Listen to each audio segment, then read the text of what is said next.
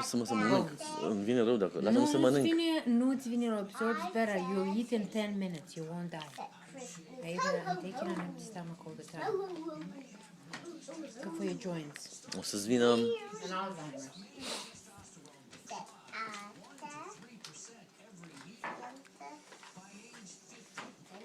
If you film me, I am erasing it.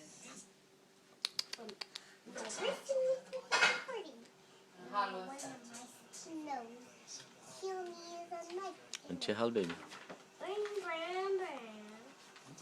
Fata mea citește cărți, mâncaia și găi. You want them easy up or scrambled? No, easy up. Cu puțină...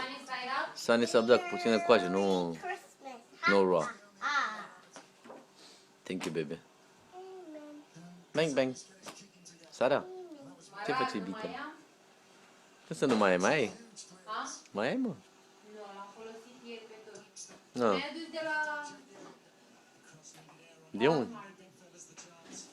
Păi n-am trecut pe la Ozmachi. A fost la Trader Joe, mama. Ce faci, princesa lui Daddy? Hello? Hey, show Daddy the shoes. Wow, look at the shoes with a light up. Daddy, don't film me. I'm not, mama. You're gonna lose the whole movie if you film me. Sarah, go there so that you film. Show Daddy your shoes. Wow, look at your shoes, Daddy. Bita mea mică. Ce faci, Michael?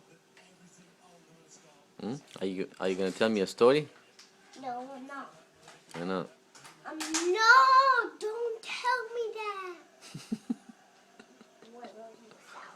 Take a big one.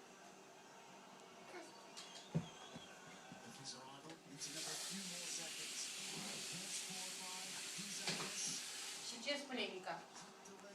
Da, acasă și ei făceau mâncare. Au primit the calendar? Păi da, la pozele alea se uitau, la calendarul ăla.